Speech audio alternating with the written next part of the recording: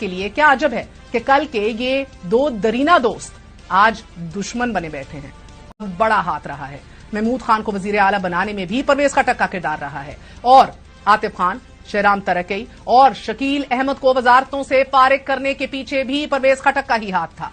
उस वक्त के ये तीनों सूबाई वजीर ओहदों पर न रहने के बावजूद आज भी पार्टी के साथ खड़े हैं, मगर परवेज खटक पार्टी को खैराबाद कह चुके हैं।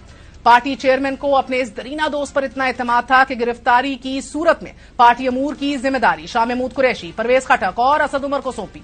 पार्टी के अंदर तगड़ा सियासी वजन रखने वाले परवेज खटक वजीर आला भी बने, पीटीआई के टिकट पर वजीर दिफा भी बने और अपने खानदान के 1 दर्जन के करीब लोगों को पार्टी के टिकट भी दिलवाए। तो भी ये पार्टी चेयरमैन के एतमाद का नतीजा कहलाते थे। मगर इक़्तिदार के लिए नहीं, इक़्तिदार की सियासत के लिए क्या अजब है कि कल के ये दो दरीना दोस्त आज दुश्मन बने बैठे हैं।